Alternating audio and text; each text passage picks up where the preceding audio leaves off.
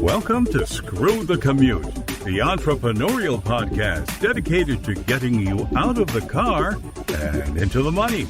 With your host, lifelong entrepreneur and multimillionaire, Tom Antion. Hey everybody, it's Tom here with episode 449 of Screw the Commute podcast. I'm here with Esther Inman. Now, I have seen her coined online as the online work queen.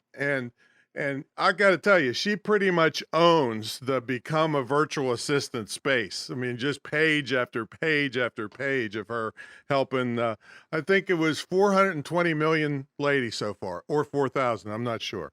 But we'll bring her on in a minute. All right, hope you didn't miss episode 448, Making Money with Buyer's Guides. I've made millions of dollars doing this, and it's just only a tiny fraction of my business. But you can really do this. It's very easy to get started with that, either for affiliate commissions or selling your own stuff. So check that out. And anytime you want to go to a back episode, just put screwthecommute.com/ and then the episode number. That was 448. Now, if you'd like me to send you big checks, well, our affiliate program is always in full swing. I love sending big checks to people for referring my stuff. I can't even remember how to do returns because I go overboard making great quality stuff. So you can make big commissions anywhere from $8.50 to over $5,000 for one referral. So check that out. Just email me if you want details on that. Now, grab a copy of our automation ebook. This ebook are the techniques I've used to handle up to 150,000 subscribers and 60,000 customers. And it saved me from getting carpal tunnel. I got to tell you that. And just one of the tips in the book we actually estimated it, has saved me 7.5 million keystrokes and allowed me to ethically steal customers from people who are too slow to get back to them because they don't have a virtual assistant probably. I don't know. So we'll find out about that in a minute. Grab that book at screwthecommute.com/automate free, screwthecommute.com/automate free. And while you're at it, pick up a copy of our podcast app at screwthecommute.com/app. That's APP. Oh, the automation book, was screwthecommute.com/automate free, automate free. All right. Now, I usually tell you all about my school, but right now I want to tell you about something that's way more important than my school. And that's the pilot program I'm doing in my school to help people with physical disabilities. We have a big GoFundMe program rolling out later this week, and we've got 3 wonderful candidates that, I don't know, got dealt a hand that makes it a little tougher on them to do to get through life than I've been blessed with. So I really want you to check that out. Watch for that GoFundMe campaign. Also on Facebook at our site, I've given you the bios of these people and what they're facing and what it's going to mean to their life. So if you could just stop by and give them some words of encouragement, that would be great too. All right, let's get to the main event. Esther Inman is the CEO and founder of Virtual Assistant Internship and the host of Help Me Work Online, Esther.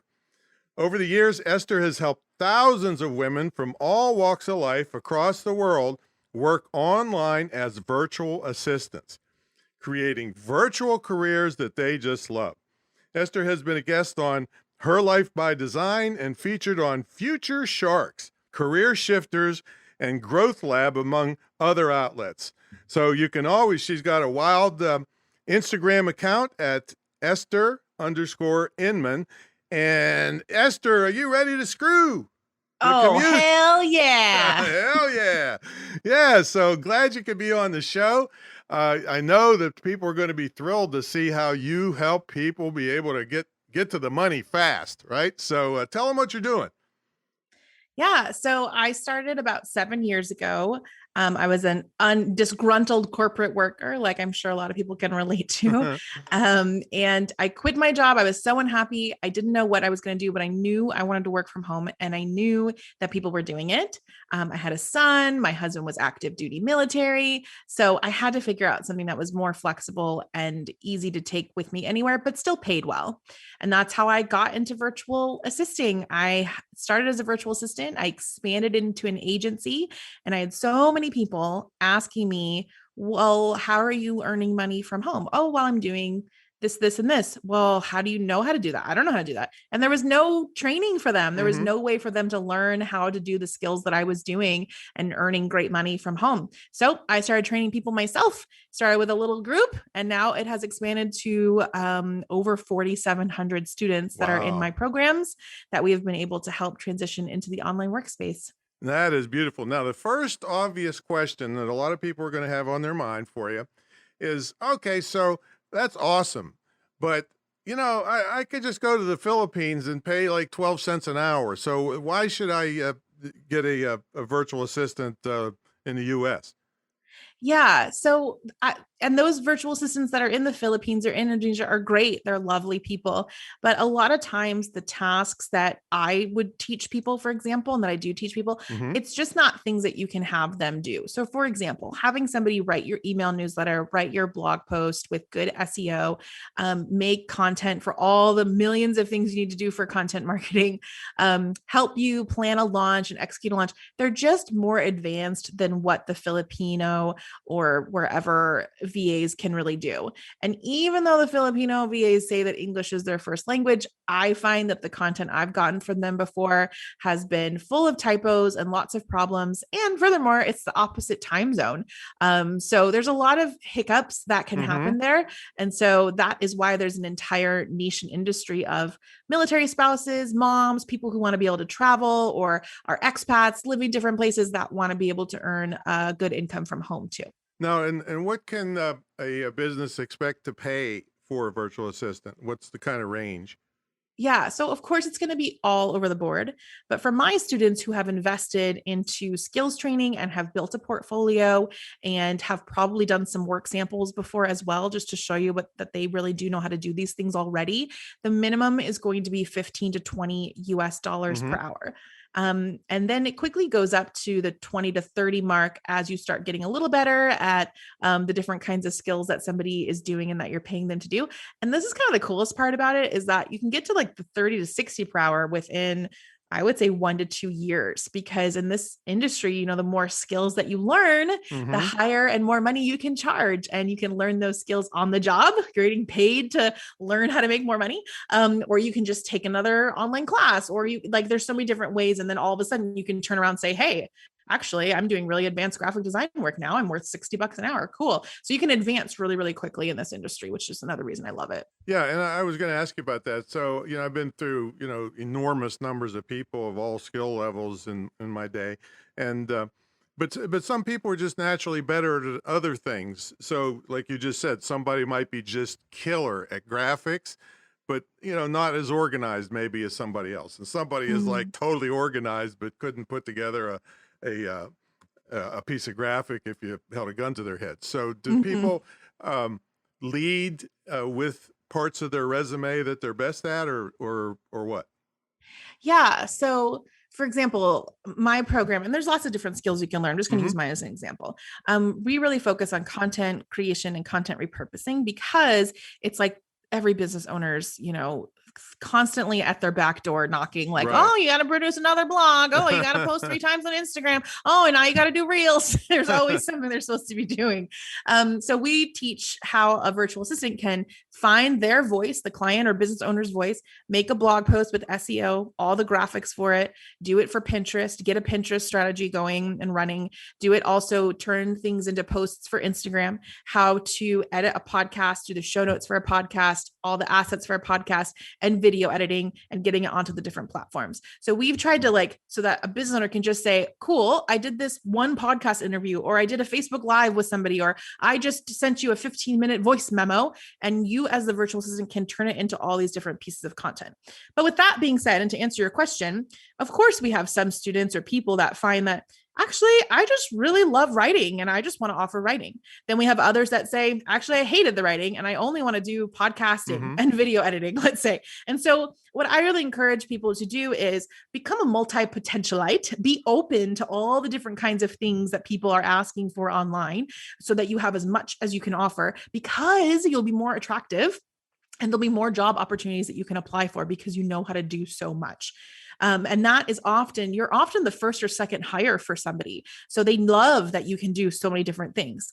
Now it's okay that your phase two is, ooh, I am finding I'm enjoying writing more or video editing more, whatever. I'm actually going to say I'm a virtual assistant who specializes in XYZ. And then maybe your phase three is, actually, I only want to do video editing. So I'm a video editor now. So it's kind of the journey that we see people take. But I think that if people come in with this preconceived notion that, oh, I hate writing, I don't want to do any writing, then they're going to be closed off to, well, you actually might really enjoy blog writing about different topics that interest you, and it might be really fun. So don't be completely closed off to that idea just because you had a bad experience in high school writing class, you know? Got it. Now, how many clients can someone legitimately handle? Yeah. It really depends on everybody's workload. So for me, my first client was 30 hours a week. It dropped down to 20, but it didn't matter because I had a flood of people who wanted to hire me. This is the cool thing about this industry. If you're a good VA, you get referred like crazy. Right. So the first one or two might be, just as challenging as getting another job, any other job a traditional way. But then you're just like a hot commodity. So especially, like I said, if you're a multi-potentialite who can do lots of different things. So, my first, I never said no to work. I was like, I'll just keep saying yes. So I maxed out. I want to say I was working like 40 to 60 hours a week when I finally started to hire people to work for me and started transitioning into an agency. But then I have some people who only want to work 5 to 10 hours a week. I have other people who only work 20 hours a week and they make like 6 figures because they have figured out how to make these epic podcast packages.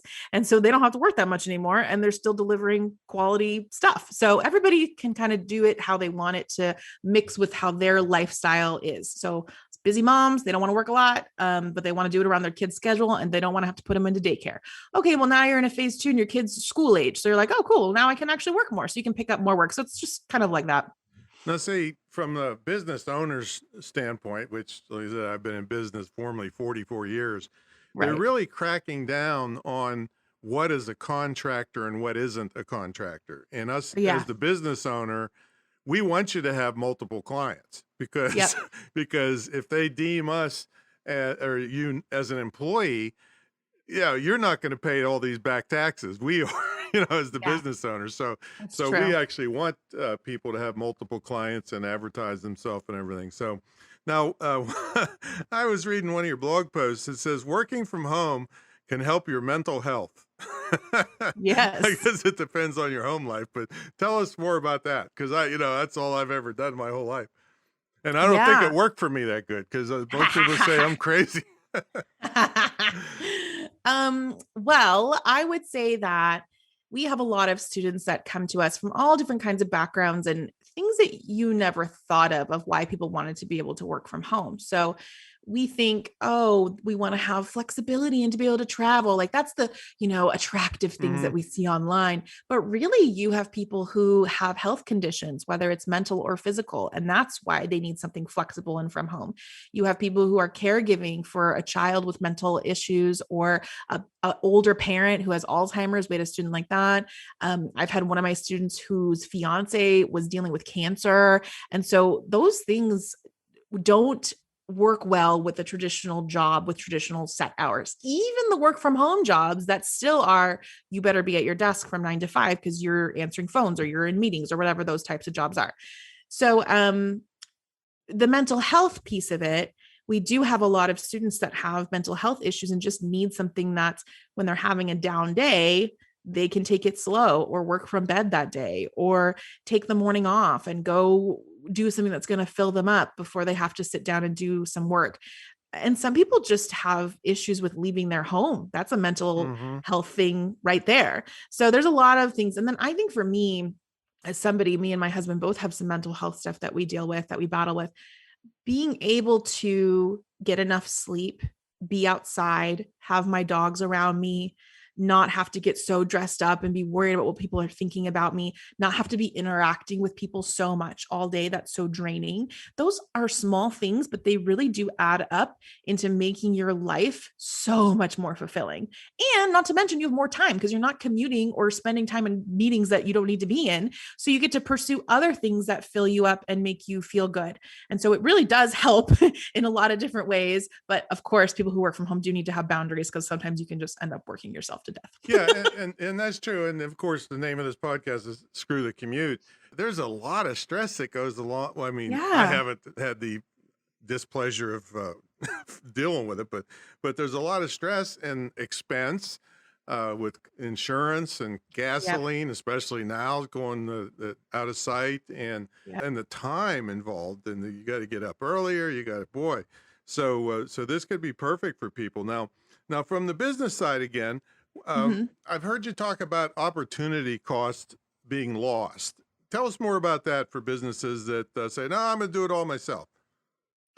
Oh gosh, I have so much I can say on that. I actually do an I'm going to go get something to eat. Let me know when you're done.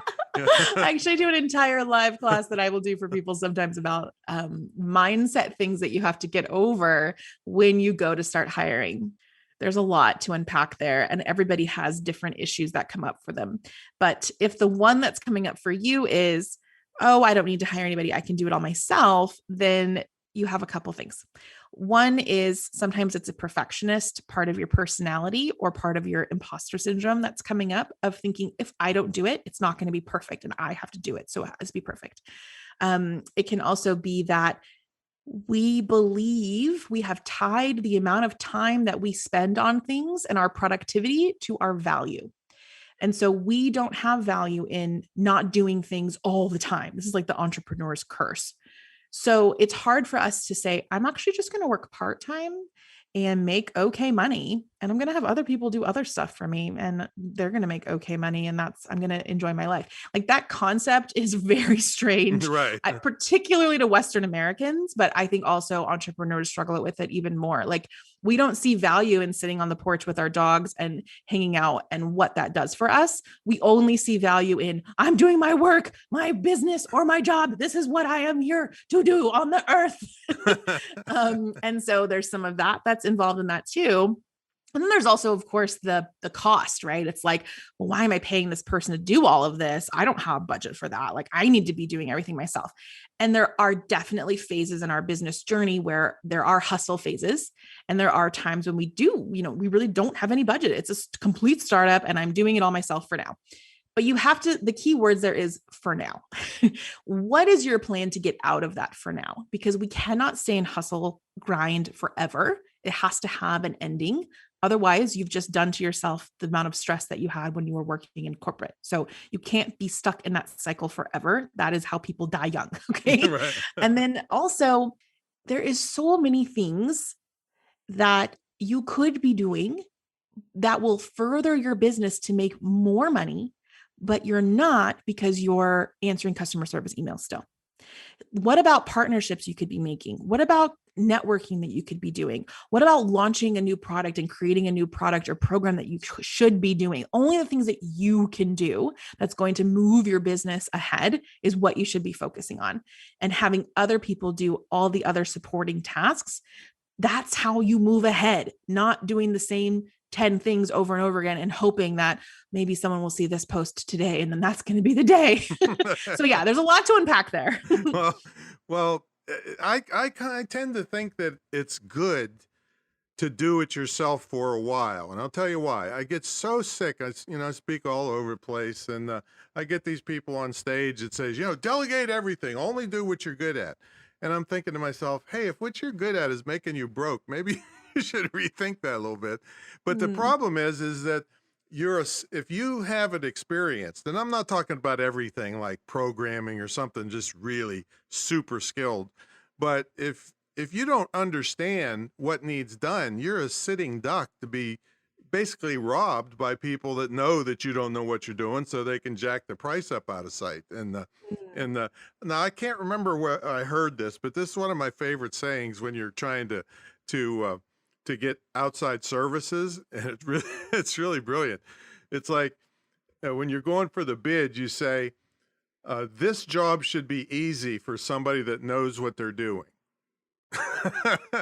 And Yeah. the reason that's good because it implies that you know what is involved, and then they're less likely to try to rob you. So, Mm. yeah.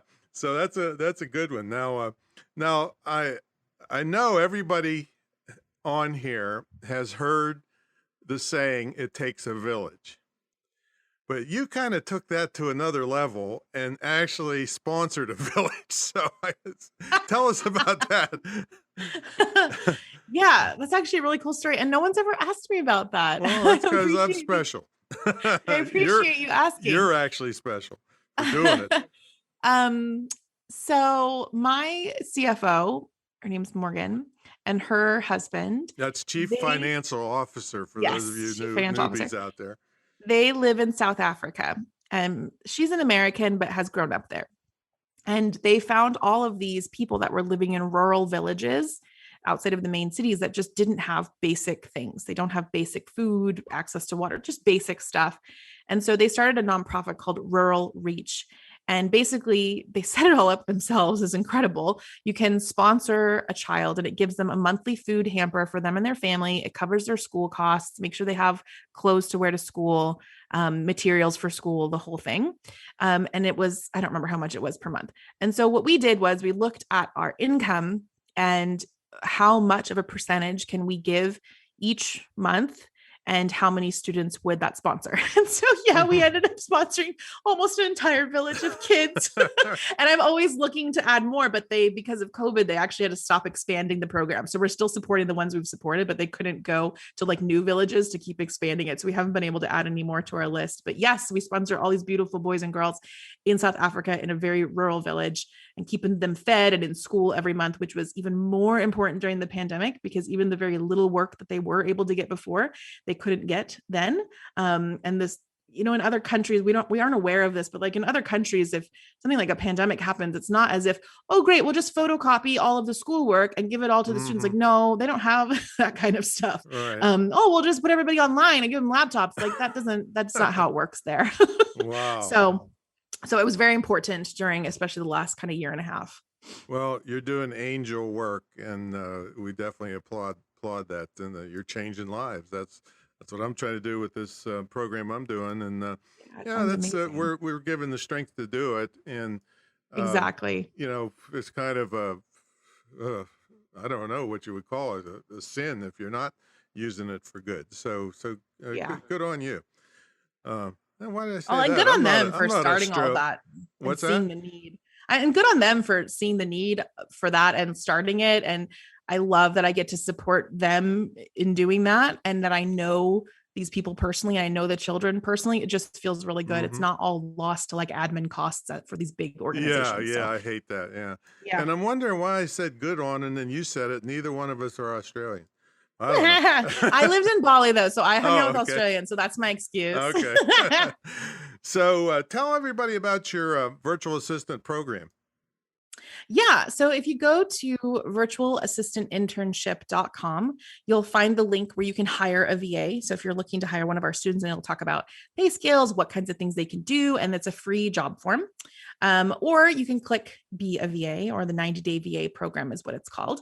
And I help take students, 4,700 now, from zero to hero in 90 days or less. And what makes my program unique is I teach all of those content repurposing skills that I talked about, as well as just how to work with clients well in terms of your like email communication, how to manage their inbox, how to work with their project management systems, those kinds of things that are just basic skills that most people don't have coming out of in-person environments.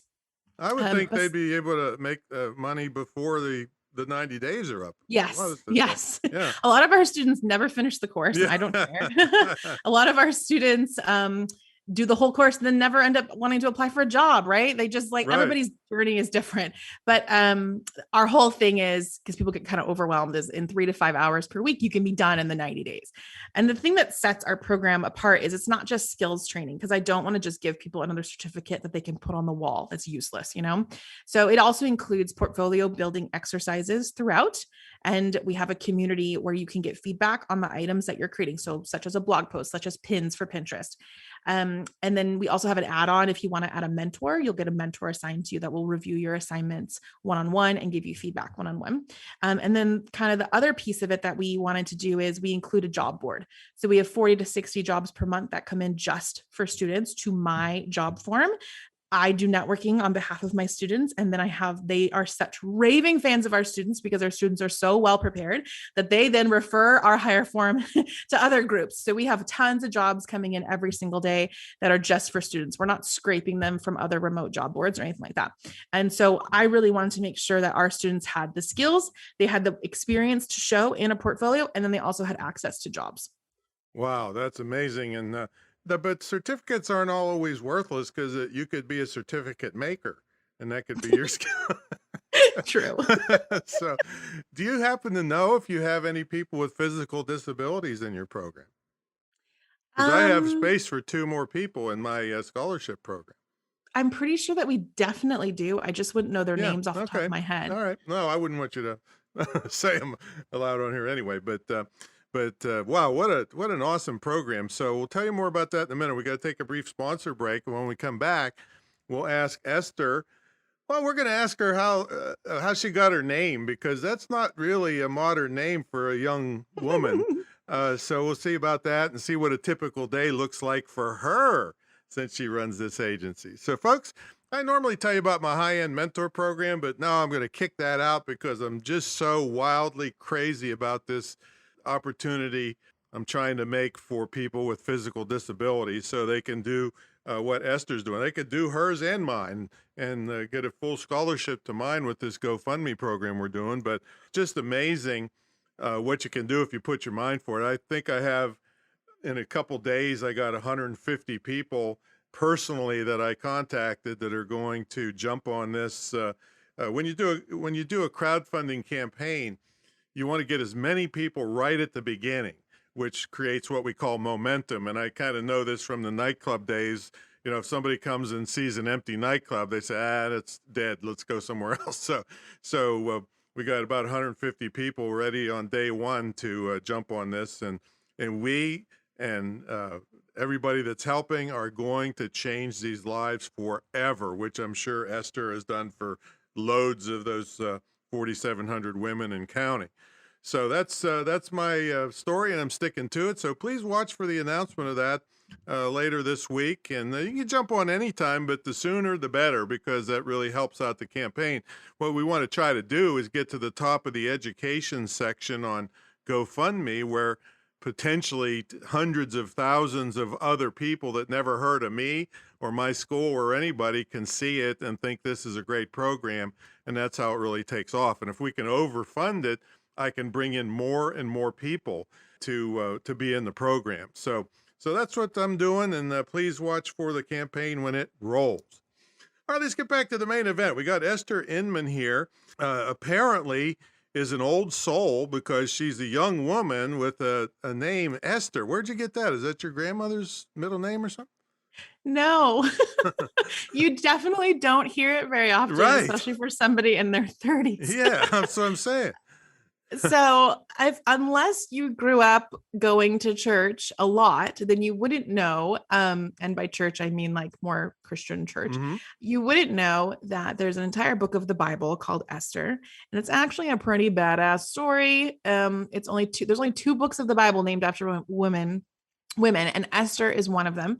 And she is this like beautiful queen, which isn't the part I was named after. She's just really badass and stands up for her people and saves the Jewish people from being slaughtered by being brave enough to go and talk to the king. Even when you're not really supposed to go and do that, you can be killed if you would go to talk to the king back then. So it was a very cool story. And that's what my parents named me after. Well, you very seldom hear books of the Bible and badass in the same sentence. You do from me. But I did know that was in the Bible, but I didn't know all the story behind it. So yeah, and a lot of people then think I'm Jewish, and I'm not Jewish because it's in the Old Testament. I'm not either. yeah, because I mean, anytime I get near a church, I have to wear a lightning rod. So I got to be careful with that. So tell us what a typical day looks like for you. Yeah. So I closed my agency a couple of years ago, about 3 years ago now, just because I was having such an influx of students interested in my virtual assistant program. And it was just taking up so much time. So I ended up taking my team that was working for me for the agency and shifting them to working for me for my own programs, which was really scary. But I did it. And so now I don't work as a virtual assistant anymore. I don't work as an agency anymore. I really work on supporting my team, and I do my podcast a lot. I'm making videos a lot. I do PR appearances and different PR stuff. And then I just kind of help manage the team admin pieces of it.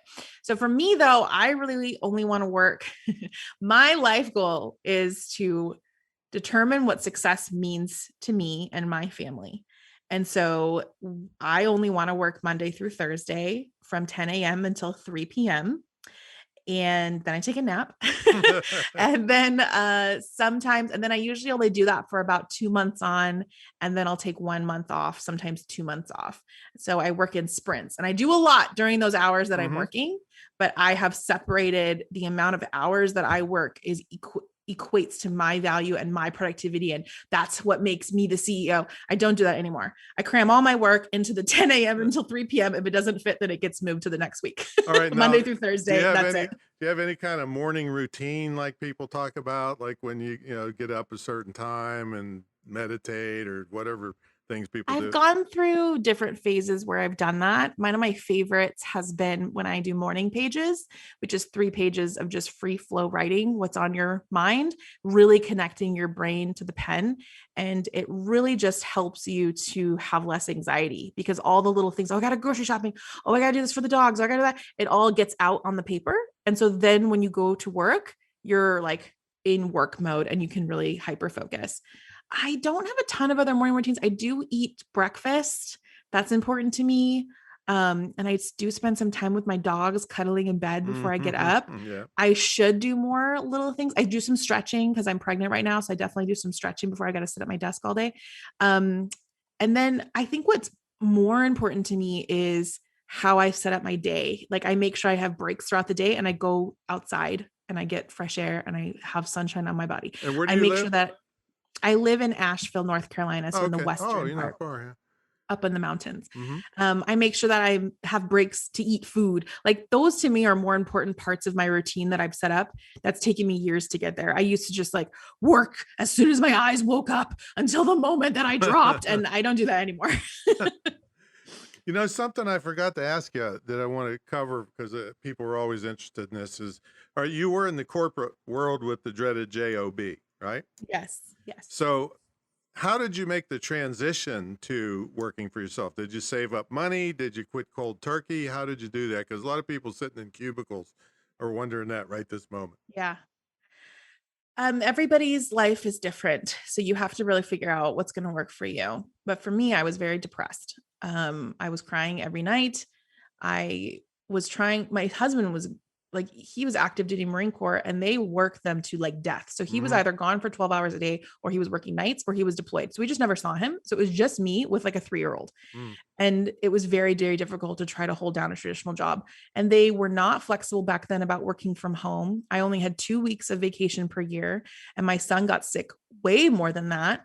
It was horrible to try to do all of that myself. So to me, it was not, oh, let me just hold on until we can save some money and then I'll quit. It was like, I'm so depressed, I can't do this anymore. And my husband was very supportive. So I just quit cold turkey. Oh, okay. But I'm a hustler. So like, I picked up babysitting, and I would do like these little day camps that I could bring my son with me. I pulled him from daycare, which was $1,200 a month. So it was one of Wow. my entire paychecks. Yeah, Like, yeah. so I really only needed to make up $1,200. And then I was going to be at about the same I was making before. Mhm. I think our IRA that we had been putting in for that, couple years that I had been working there, we cashed that in because I was like, who cares? I need this money now. And it only took me 3 months though to get the first job. The other thing we did was we just cut expenses. I mentioned daycare, but we cut a lot of expenses so that we could try to live under just my husband's income, just to help ease that transition. So we ate at home, really cheap groceries. We didn't do a lot of fun stuff. We only drove one of the cars. Like, we really tried to cut way down. And then I picked up little odd jobs here and there to kind of help keep us afloat. It wasn't the best, season, but it was fine. We made it. We survived. When the net is taken out from underneath you, it's amazing what you do to keep your head above water. And you weren't crying every day, right? Exactly. Yeah. So it's amazing. I get so much clarity about things I can do and opportunities and moving ahead when you're have more space. Man, I'm going to have to pick up some odd jobs because I cry every day too. Okay. Or go to therapy. Well, tell them about how they find details on the virtual assistant program. Yeah. So you can always follow me on Instagram, Esther_Inman. I'm really active on there. I post the stories every day. I post all our resources on there. You can also just DM me, just say like, hey, I heard you on Screw the Commute podcast. I love to talk to people. But also my website, virtualassistantinternship.com. You can check out the links to, we have more than just 90-day VA on there. We also have remote resume. Like if you're wanting a remote job, we have a free virtual summit that talks about 15 different online jobs that you can check out. And then we also have the hire form for if you're wanting to hire a VA. You can check out all that stuff on there. I'd really try to be a remote work resource in all different ways. It's just that virtual assisting to me is the best option because it's so flexible and because it pays so well and because you can grow so quickly.